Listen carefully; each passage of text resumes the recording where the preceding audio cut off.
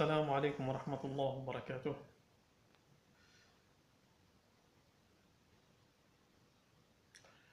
Bon, passons maintenant à un exercice d'application. Donc, soit le diviseur de tension suivant. Donc, ce diviseur de tension schématise la structure d'une sonde d'oscilloscope avec l'impédance d'entrée d'oscilloscope. Donc, c'est un schéma équivalent d'une sonde d'oscilloscope, donc qui est constituée d'un condensateur variable ou ajustable de capacité C1 et de sa résistance R1, tous les deux en parallèle. Cette impédance, l'impédance de la sonde d'oscilloscope, est reliée en série avec l'impédance d'entrée d'oscilloscope composée d'une résistance R2 et d'un condensateur équivalent CP. Très bien. Bon, on vous demande de déterminer, dans la première question, de déterminer la tension S de T en fonction de E de T. Donc en appliquant le théorème de diviseur de tension, pont diviseur de tension, donc nous avons S de T égale, donc cette impédance, l'impédance Z2, qu'on va appeler Z2, c'est l'impédance d'entrée de l'oscilloscope, Z2, donc divisé par l'impédance de la sonde, qu'on va appeler Z1. Donc Z1 plus Z2. Donc c'est ça le divisionneur de la tension. Donc Z2 divisé par la somme de Z1 plus Z2, de Z1 et Z2, fois E de T. Donc vous voyez là que ST et E de T sont en notation complexe. Ce bar-là indique que ST et E de T sont en notation complexe. D'accord. Donc il faut d'abord calculer Z1 ou bien trouver l'expression de Z1 et de Z2. Bon, de ce qui est de Z1. Donc l'impédance Z1, c'est quoi? C'est R1 en parallèle avec le condensateur C1. Donc égal R1 fois 1 sur JC1 oméga divisé par R1 plus E sur JC1 oméga. Donc ça donne, donc de là, Z1 égale R1 divisé par, donc je vais multiplier JC1 oméga par R1 et là ça donne 1. Donc ça vaut 1 plus J R1 C1 oméga. Bon. Pour Z2 maintenant. Z2 égale à quoi? Donc c'est R2 en parallèle avec CP. Donc c'est R2 fois 1 sur JC2 oméga divisé par R2 plus 1 sur JC2 oméga. Donc ça donne R2 donc divisé par 1 plus J R2 C2 oméga. Très bien. Donc S de T égale, dans ce cas, à Z2, donc cette quantité, R2 sur 1 plus J R2 C2. C2 c'est CP, normalement C2 ça veut dire CP. D'accord, c'est CP.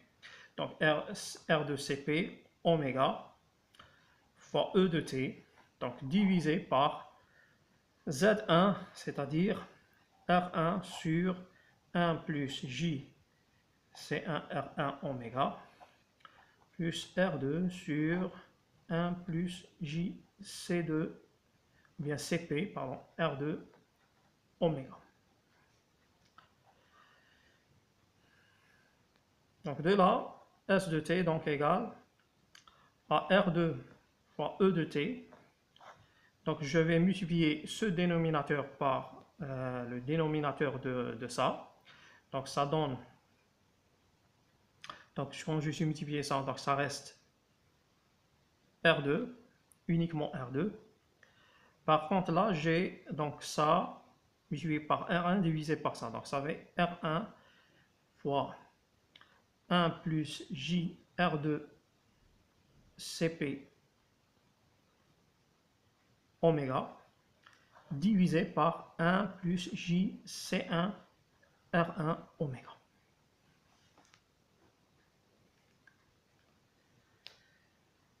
Très bien. Donc, nous avons donc déterminé la tension S de T en fonction de E de T. Bon, la deuxième question. Bon, dans la deuxième question, donc on vous demande de quelle relation doit lier la résistance R1, R2, la capacité C1 et CP pour que le rapport S de T sur E de T soit indépendant de la fréquence. Donc, quelle relation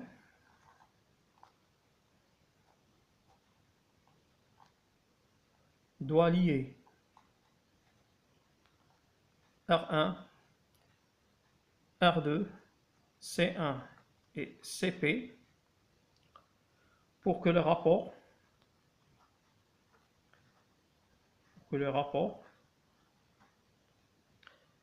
S de T sur E de T soit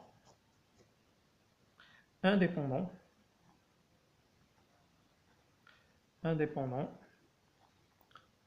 de la fréquence. C'est-à-dire indépendant de la fréquence, c'est-à-dire indépendant de la pulsation.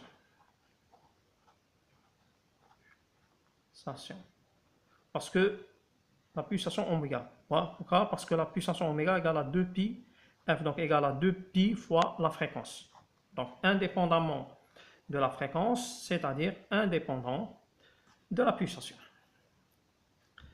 Donc nous avons déjà trouvé donc S de t égale à R2 fois E de t sur R1, R2 plus R1 fois 1 plus J R2 CP oméga divisé par 1 plus J R1 C1 oméga. Donc pour avoir cette quantité, c'est-à-dire S de t sur E de t égale à tout ça. Donc R2 sur R2 plus R1 fois plus JR2 CP oméga divisé par 1 plus JR1 C1 oméga. Donc, pour avoir quelque chose qui est indépendante, c'est-à-dire cette quantité indépendante de oméga, donc il faut que ça et ça se simplifient. Donc, il faut que 1 plus JR2 CP oméga soit égal à 1 plus JR1 C1 oméga. Donc, de là, on peut dire que, après simplification, que R2 CP égale à R1 C1.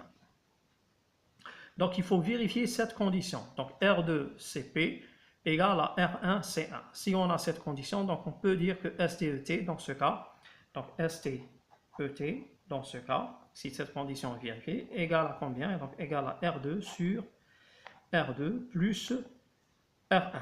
Parce que cette quantité vaut 1 dans ce cas.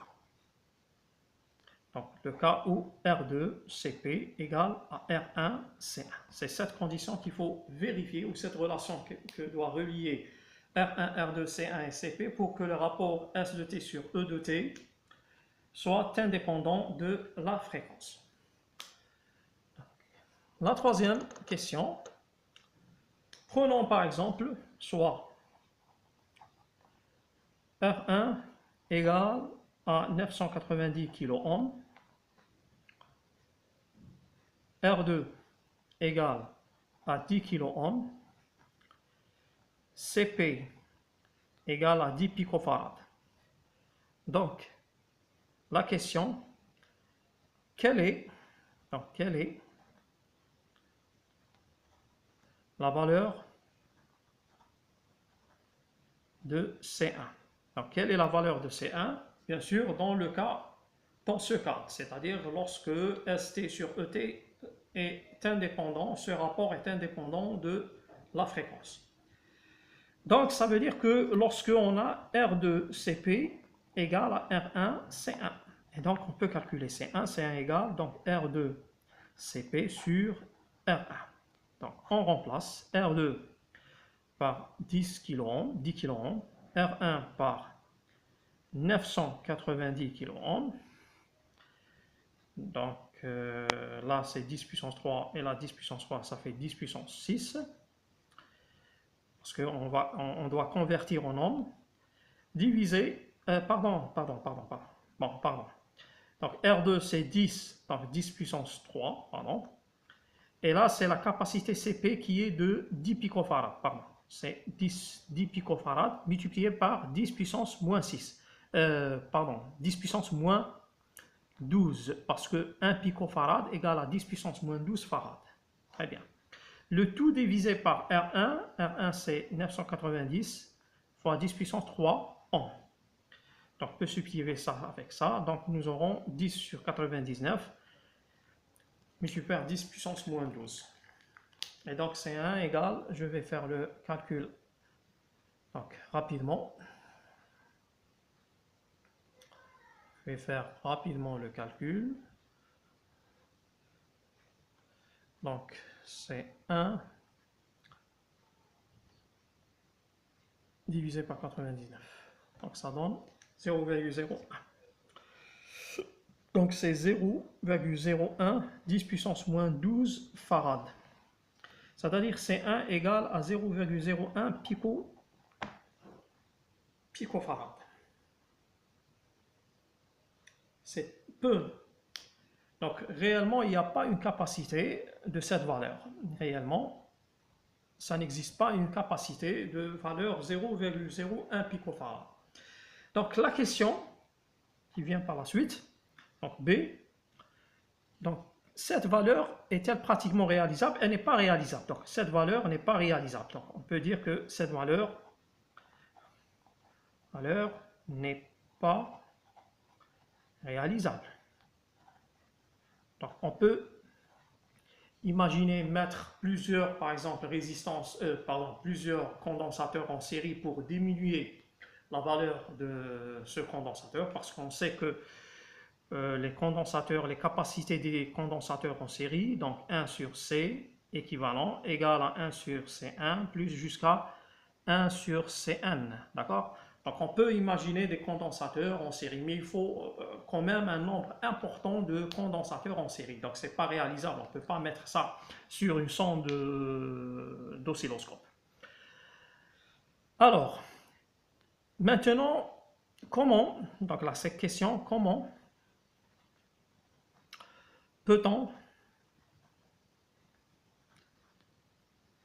contourner cette difficulté?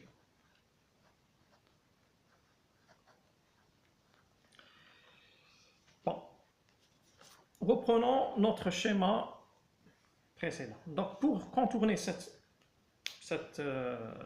difficulté, parce qu'on ne peut pas réaliser un condensateur C1 de valeur 0,0 picofarad, c'est impossible. Donc, qu'est-ce qu'on fait? Puisque nous avons cette relation, donc cette relation R2 CP égale à R1 C1, ça veut dire plus on augmente la valeur de la capacité CP et plus R1 augmente aussi.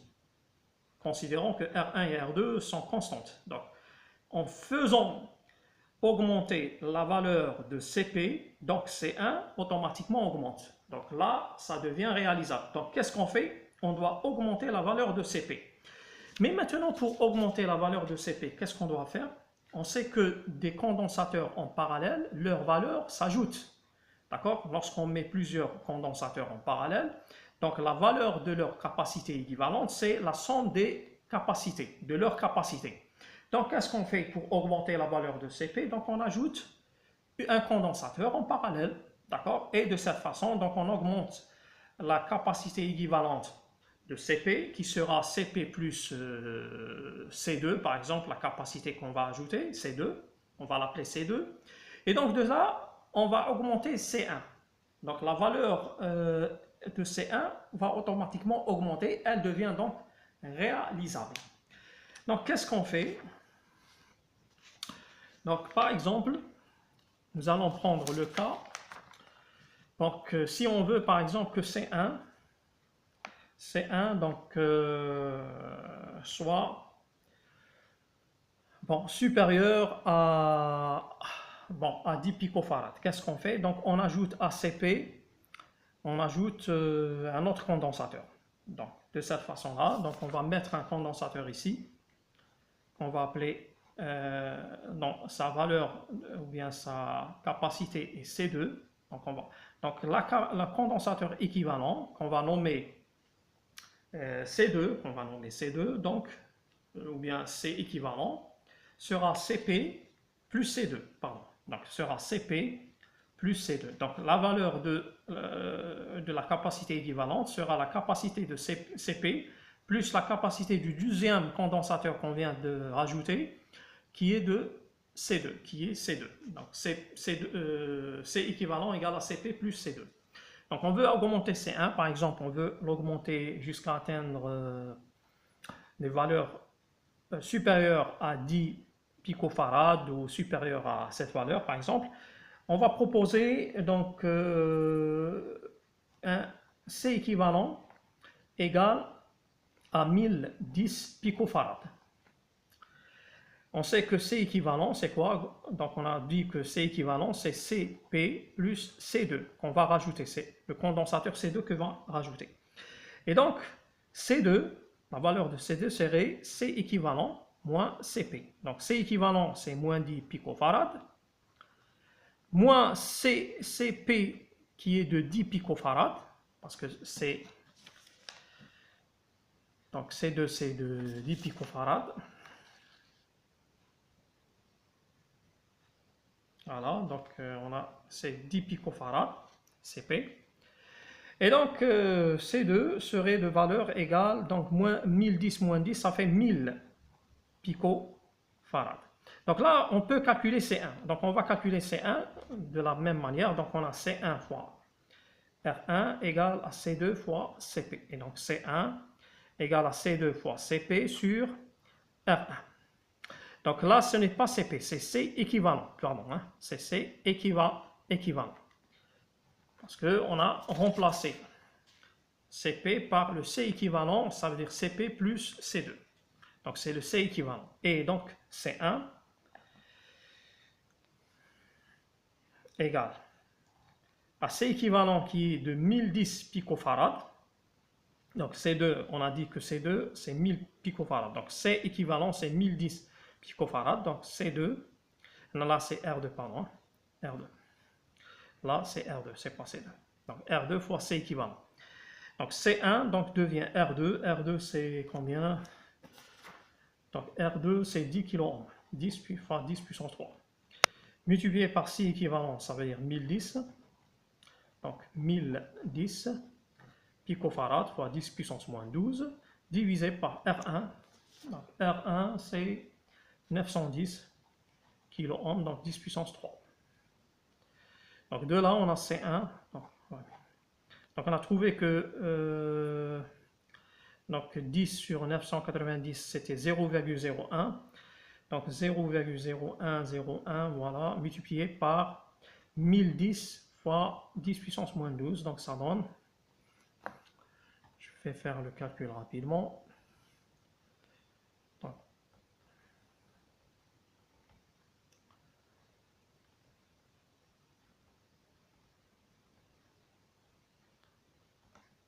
ça fait 10,2.